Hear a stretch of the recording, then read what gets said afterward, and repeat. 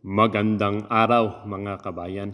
Nagbabalik po muli ang inyong lingkod upang magbigay sa inyo ng mga bago at nagbabagang mga balita.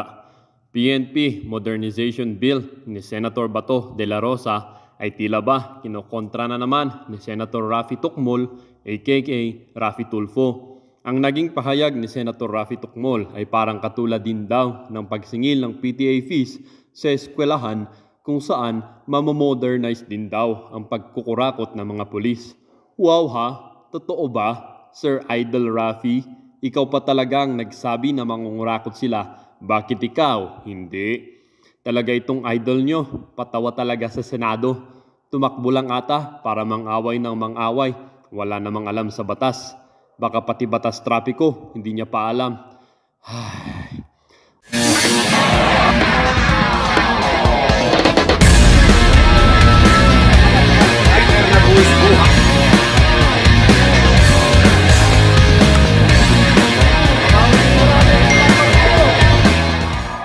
Ang isyong ito ay naging usap-usapin din sa social media. Merong isang netizen na nagsabi, "Aspiring President Tulfo, intindihin mo ang sinasabi. Di sila nangongolekta sa mga estudyante, sa parents, sila nangihingi ng voluntary, hindi sa pupils. Signal number 5 ng bagyo." Ang isyong ito ay naging usap-usapin din sa social media.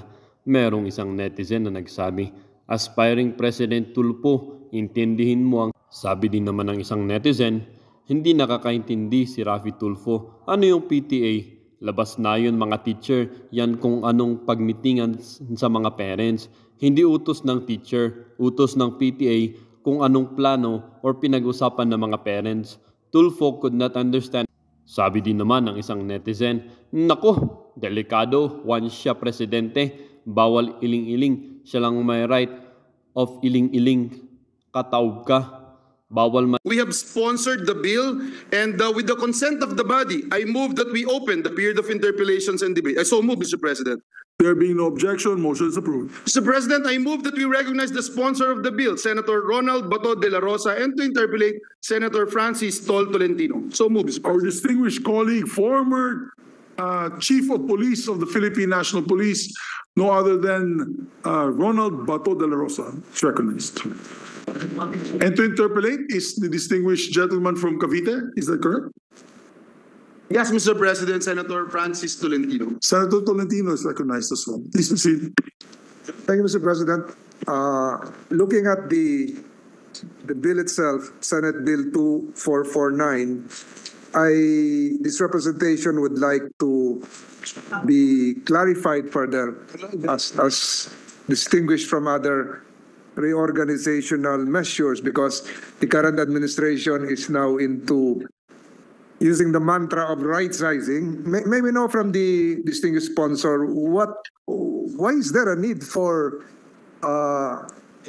reorganizational reforms within the Philippine National Police, Mr. President? Thank you, Mr. President. Your Honor, there is an urgent need to get congressional approval of the organizational reforms in the PNP through the adoption of the current organizational structure of the PNP, in cognizant to the evolving extent and character of criminality, including the most pressing problems in law enforcement today: the menace of illegal drugs, kidnapping, cybercrimes, and terrorism. Without the legal impetus to the new PNP offices or units, the PNP will deal with a serious obstacle on government's crime prevention campaigns, which will affect the organization's gains on economic development and good governance in addressing the changing landscape of criminality. Thank you, Mr. President. So the reason is to adapt to the changing times. And if the good sponsor can furnish this representation, some documents that would perhaps provide foundational backgrounds on how many times, as to how many times, to the knowledge of the good sponsor, was the National Bureau of Investigation been reformed through legislation? and perhaps going to other jurisdictions, how many times have they reformed through administrative measures, the NYPD, or even the Los Angeles Police Department? It would probably aid this representation, and your committee likewise. Yes, Your Honor, Mr. President, we will furnish you with some research regarding changes in the structures of other police organizations in the other jurisdictions, Mr. President. But Yes. for purposes of discussion, for the Philippine National Police, this will be the third law that will be tackling the Philippine National Police in general, particularly in organization. First, we have the RA 6975 or the DILG Act of 1999, then followed by RA 8551 or the PNP Reform Act. And this is the third legislation, Your Honor, that will tackle PNP. And if it is not too much, can the good sponsor likewise provide this representation? The number of times that the Philippine Constabulary Yes, was Your Honor. reformed likewise. Yes, Your Honor. Thank you, good sponsor. My other question is that to directly hit the point, so maybe not the main objectives aside from the previously mentioned rationale of keeping the PNP abreast with the evolving times. What are the other objectives of Senate Bill 2449? Yes, Mr. President, Your Honor. The main objective of the Senate Bill number 2449 is to provide the legal and organizational impetus to the PNP to further sustain the enhancement of its strategic and operational capabilities. Number two, the approval of the PNP organizational reforms through legislative fiat aims to institutionally upgrade the PNP and provide legal entity to newly created PNP offices and units to exist and operate. Without the imprimatur of the Congress on the organizational changes introduced and being implemented by NAPOLCOM, the PNP, the current structure, labors under operational constraints due to the inadequacy of human and financial resources and equipage. Number three, the PNP organization intends to legalize the PNP existence of the National Operational Support Units, which now includes the Criminal Investigation and Detection Group, Civil Security Group, PNP Anti-Cybercrime Group, Maritime Group, Highway Patrol Group, PNP Forensic Group, Anti-Kidnapping Group, Explosives and Ordnance and Canine Group, and Women and Children Protection Group, among others. Number four, the proposed reform in the organizational structure of the PNP will also include the 8 National Administrative Support Units presently existing but are not enumerated in the provisions of RA 6975, including the Chaplain Service, Training Service, PNP Retirement Benefits Administration Service, and PNP Recruitment and Selection Service, which were created by virtue of NAPOLCOM resolutions for the PNP to continue to be responsive and highly capable organization. And number five, the aforementioned issues will now have a clear legislative mandate to ensure the effective discharge of their duties. Number six, moreover, proposed bill also aims to resolve the issue on the status of the PNPA cadets, which we propose to be considered as members of the PNP and shall be entitled to the salaries and benefits of an active police personnel. This will put them on the same status and category of those cadets of the Philippine Military Academy. Your Honor, Mr. President. Thank you, good sponsor. your multiple responses probably would enable this representation to ask multiple questions likewise. Yes, you may, Your Honor, Mr. President. Because I heard whispers coming from my senator at the back asking questions as to the number of personnel PNP has right now. I heard the whisper that it was before 90,000, or now it's more than 200,000, Your Honor? Yes, Mr. Your President. Honor. Ilan ba ho talaga? 227,214, Your Honor. 227,214. 227,300, correction, 344. If we look at the third revision of the PNP law, what was the maximum personnel component of PNP? Well, 1:2.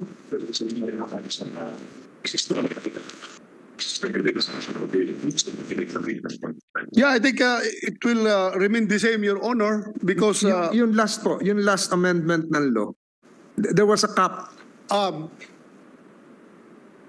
Actually, sir, Your Honor, as far as manpower is concerned, the string, it was maintained a long time ago that the ideal police to population ratio is 1:500. One policeman for every 500 citizens.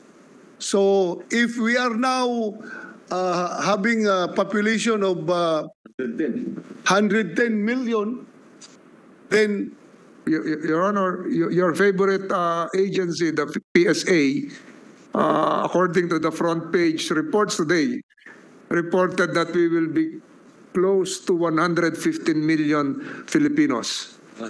This year, 15 million. 115. 115, according to your favorite agency. So, 115. utilizing that ratio of 1:500, ilan na po dapat tayo? At least 1:535 as of now. Hindi nga, yung 115 million, kung ilan ang police kailangan yan sa 115 million. Sige. Ha? 200? 230,000, Your Honor. So, 230. kunti na lang ang kulang. 230,000. You have 227,300.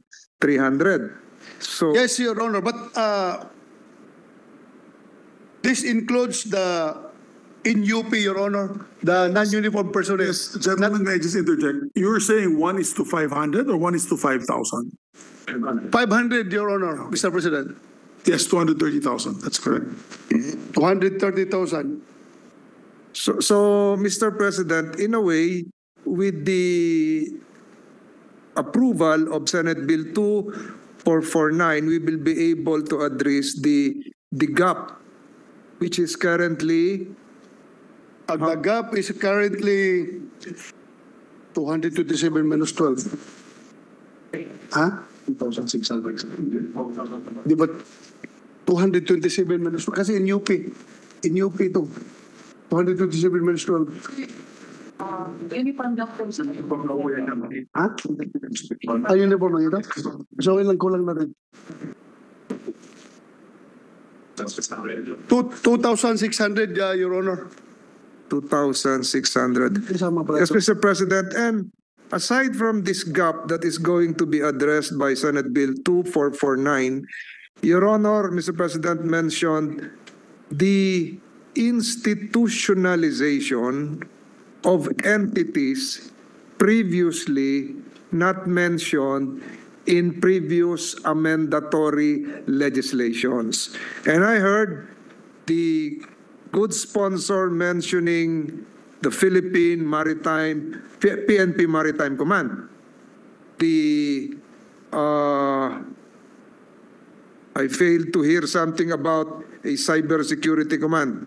CIDG. The main investigative unit of the PNP is not mentioned. Not mentioned. Under the law. May I know from the good sponsor, how were these entities created, even if they're not included in the previous 3 laws mentioned by the good sponsor? Were they just created through the administrative fiats of the NAPOLCOM? Were they just created through a memorandum or PNP circular, chief PNP circulars? Paano po na-create itong They were created, Your Honor, via NAPOLCOM memorandum circulars, Your Honor. Resolutions. NAPOLCOM resolutions. And NAPOLCOM, the National Police Commission, is authorized by law to create new entities or just task forces or ad hoc units, Mr. President? Pursuant to Section 13 of RA 8551, Your Honor, authority of the Commission to reorganize the PNP, notwithstanding the provisions of Republic Act 6975 on the organizational structure and rank classification of the PNP, the Commission shall conduct a management audit and prepare and submit to Congress a proposed reorganization plan of the PNP not later than December 31, 1998, subject to limitations provided under this Act and based on the following criteria. So because of that, and through this bill, previous issuances of the NAPOLCOM will now be institutionalized if this measure is passed. Yes, Your Honor, Mr. President. So, Mr. President, what would prevent the current as well as the future NAPOLCOMs from creating new entities within the Philippine National Police? For instance, what would prevent them from creating, I mentioned the Cyber Security Command, what would prevent them from creating an inter-regional command? What would prevent them from creating a mega NCR police office? And so on and so forth. I'm saying this because what this Congress and even the 18th Congress did when we created the Metro Davao Police District, we made it sure that it was part of the law, creating the Metro Davao Development Authority. Ano po ang makakapigil sa NAPOLCOM pa bukas at sa mga susunod na taon na mag-create ng iba't ibang units at pagkatapos po babalik sa Kongreso para i-institutionalize? Actually, Your Honor, there is none. And the POLCOM may create this organization based on the demands of the times, Your Honor. And that is why, but the problem is when it comes to funding. Since it is not covered with statute, Your Honor, then funding comes very hard, Your Honor. Hindi po ba dapat, Mr. President, na ipabahala na lang sa Kongreso yung pagtatatag ng pangmatagalang unit, yung units na hindi task force lang, hindi ad hoc, hindi ba ho dapat ang Kongreso sa panukala ng PNP o DILG ang magbigay ng approval ng imprimatur para po maging isang organisasyon talaga within the Philippine National Police, ang isang bagong talagang unit. Yes, Your Honor. That's really that mandate is reserved to Congress, the creation by law of PNP units. But in this case, Your Honor, nangyari lang ito dahil nga they've been asking for legislations pertaining to the creation of this unit in the previous Congresses a long time ago, but hindi lang napagbigyan, hindi nagawan, but yun nga, with the advent of the new modus operandi, new crime situation, no threats emerging, the NAPOLCOM has to react to these threats in order to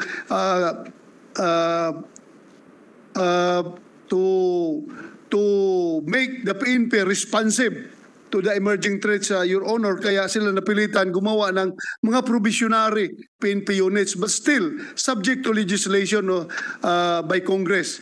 Because hindi nga ito talaga mapupunduhan, ito mga units na ito, kung walang kaukulang batas. So wala talagang pundo na mangyayari.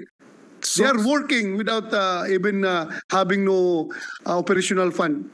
So there is no unwritten rule within the Philippine National Police that once a temporary unit is created or an ad hoc unit is created, after the lapse, for instance, of 2 years, the same will be considered as dissolved. There's Wala pong none, ganon. there's none, Your Honor. So it will be on a continuing basis functioning subject to future legislative approval. Yes, Your Honor. And Your Honor, do you think that should be maintained? Well, it's very hard. I think if you want, Your Honor, Mr. President, we can incorporate in this bill a provision prohibiting NAPOLCOM from creating PNP units if we want to be strict. Or just put a timeline. A timeline. After 2 years, the same will be considered as dissolved. I'm thinking forward, Mr. President, what would prevent a future NAPOLCOM or PNP chief to think of creating, for instance, a PNP rocket force? Well, PNP rocket force. Even without resources, a PNP submarine force. Even without resources, just aspirational. or PNP Space Command. Yes. Huh? Well, So siguro po, Mr. President, dapat magkaroon ng cap if you create an ad hoc unit after the lapse of several months or after the lapse of 2 years, the same should be considered as dissolved or absorbed by a mother unit, Mr. President. that would be good, Your Honor. And I agree with you. During the period of amendments, Mr. President, is the good sponsor willing to incorporate that or accept that proposition? Yes, Your Honor, Mr. President. We will be Thank willing you. to accept your amendments in Thank the you, proper good, time. thank you, good sponsor. Regarding the PNPA cadets, I remember vividly during the Commission on Appointments deliberation on Commissioner, the status of the chairman, who is the CSC chairman from Davao, Civil Service Commission. Carlo Nograles. Yeah. He promised to recognize through a civil service resolution the status of PNPA cadets as government employees upon entrance to the academy, similar to the status of the Philippine Military Academy cadets. Kasi po ngayon lumalabas, they are treated as JOs, job orders. So is this the status of the, is this part of the proposed measure to... Yes, Your Honor. Mr. President, I cited that as one of the objectives of this bill. Treating PNPA cadets as regular members of the Philippine National Police, no longer temporary. The With PhilHealth, PMA etc. cadets, the PMA cadets, once they take out as fourth-class cadets of the Philippine Military Academy, they are already considered as regular members of the armed forces of the Philippines. But in the case of the PNPA cadets, as you have said, job order. Parang temporary appointment. Kawawa talaga, Mr. President, kung mamatay yung PNPA cadets while on training, hindi maka-receive ng benefits yung parents ng namatay dahil hindi siya regular. Yes, Casual lang siya, casual. I totally Temporary agree. appointment. I totally agree, Mr. President. I think this was during the time of General Armamento when this representation raised that matter during the confirmation of Chairman Nograles.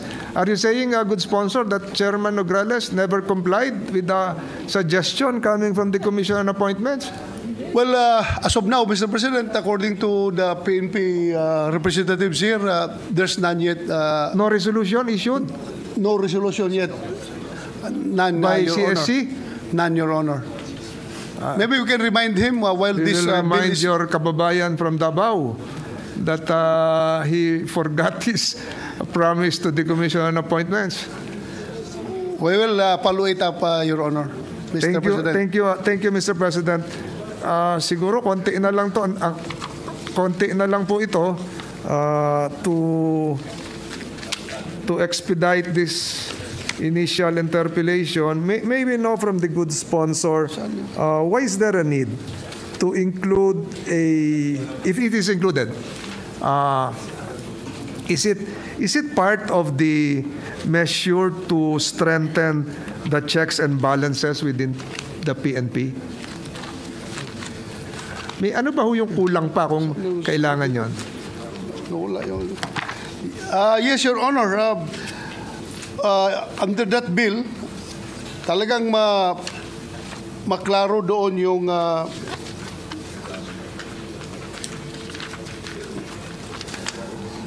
the organizational reform is designed to instill the time-honored core values of service, honor, and justice. The PNP sustains its institutionalized delegation of authority and fully operationalized directorial staff system, which provides for authority relationship between the command group, directorial staff, national support units, and police regional offices, as well as the extent of specific authority delegated to them by the Chief PNP. Thank you, Mr. President. And would these checks and balances, teka, balikan ko po yung previous question which I forgot. The status of the area commands, Mr. President. It is included, Your Honor, in the in this bill, the creation of the area commands. Currently we have 5 area police commands, which were not included in the provisions of RA 6975 or RA 551. So, kailangan ma-institutionalize sila, Your Honor. So, Your Honor, under the proposed measure, what would now be the role of the area police commanders vis-a-vis the regional directors, the regional commanders? The area commands, Your Honor, under this bill, Section 25-B, in order to enhance the control of the Chief of the PNP, area police command shall be established in clustered police regional offices. The APC shall orchestrate, supervise, and control the conduct of inter-regional operations against insurgency, terrorism, and other internal security threats. Further, the APC shall likewise conduct search, rescue, and relief operations in times of calamities and other emergency situations within the respective areas of jurisdictions. Finally, the APC shall support the police regional offices in the conduct of inter-regional anti-criminality operations and investigations. For this purpose, the APCs shall have operational control over the existing regional mobile force battalions within the respective areas of responsibility, subject to the exercise of the power of delegation of authority of the Chief of the PNP. So the area commanders will have operational jurisdiction over the regional mobile forces. Yes, Your Honor. This would have to be given to them first by the Chief PNP. Yes. On a normal day, Mr. President, without the grant of said authority, who would have jurisdiction over the RMFs? It is the regional director, Your Regional Honor. directors. Mr. So on a President. case-to-case basis, it can be transferred to the area The command. area police command. Don't you think, Mr. President, the area commander should likewise be given a determinate role, not subject to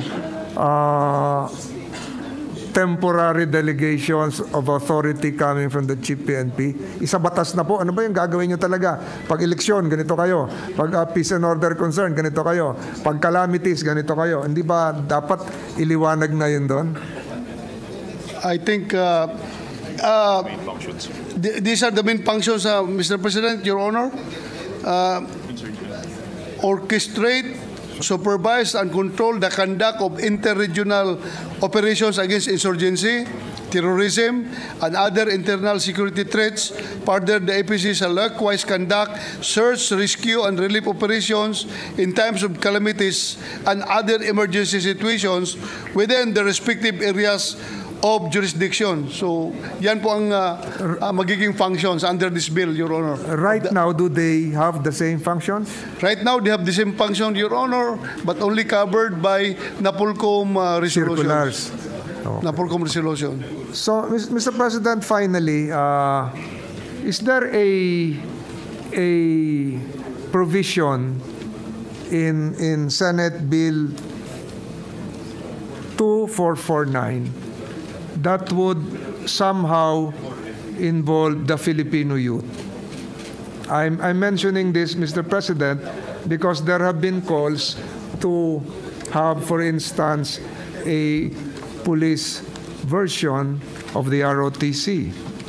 There is perhaps a call for some segments of the youth to be part of a traffic management program, especially during provincial town fiesta activities.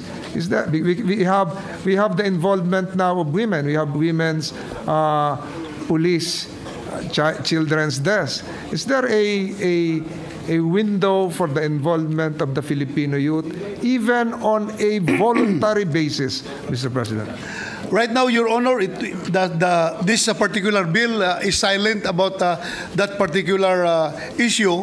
But in the proper time, if Your Honor would like to amend this bill, we can entertain your amendments, Your Honor. And I agree. I fully agree. If there is an Army ROTC, there's an Air Force ROTC, there's a Naval ROTC, we can have also Police ROTC. Not just, Mr. President, but when it comes to disaster preparedness, you mentioned the area commanders being involved in disaster response. Perhaps the Filipino youth are more muscled. We just saw a jiu-jitsu 6-year-old world champion a while ago. And I'm now referring to the SK members who are 21 years old, 18 years old, able-bodied, willing to join the police, assist the police during disasters. Pwede po ba yun, Mr. President? My model, Mr. President, is the Royal Malaysian Police Force, Mr. President. Yes, Your Honor. Kabilang po yung mga kabataang Malaysians. We agree. Payag po ba kayo during the period of amendments? Yes, I agree. I will subscribe to the wisdom of. And they can also be part of a future PNP cybersecurity command.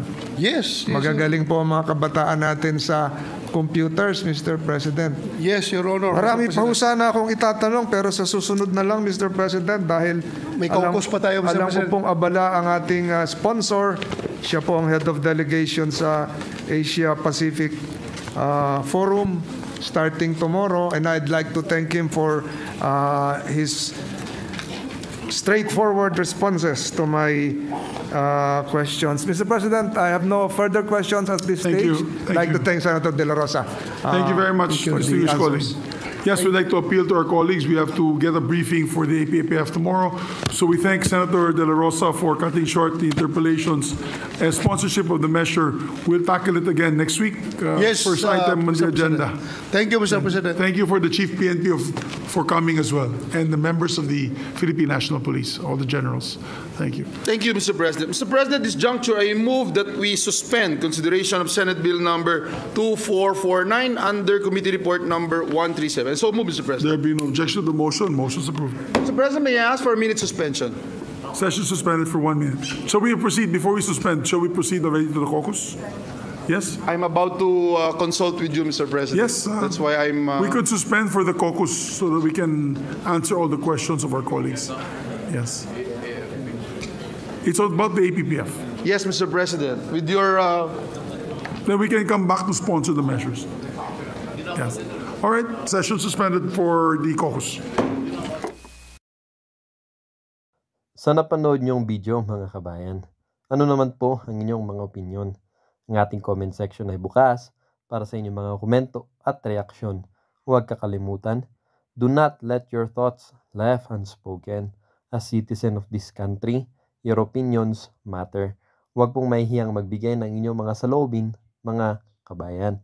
At syempre, huwag nyo din pong kakalimutan i-share ang video ito upang inyong mga kaibigan at kapamilya ay maging aware din sa kung anong nangyayari sa ating bansa. Huwag din kakalimutang mag-iwan ng like. Hanggang sa muli!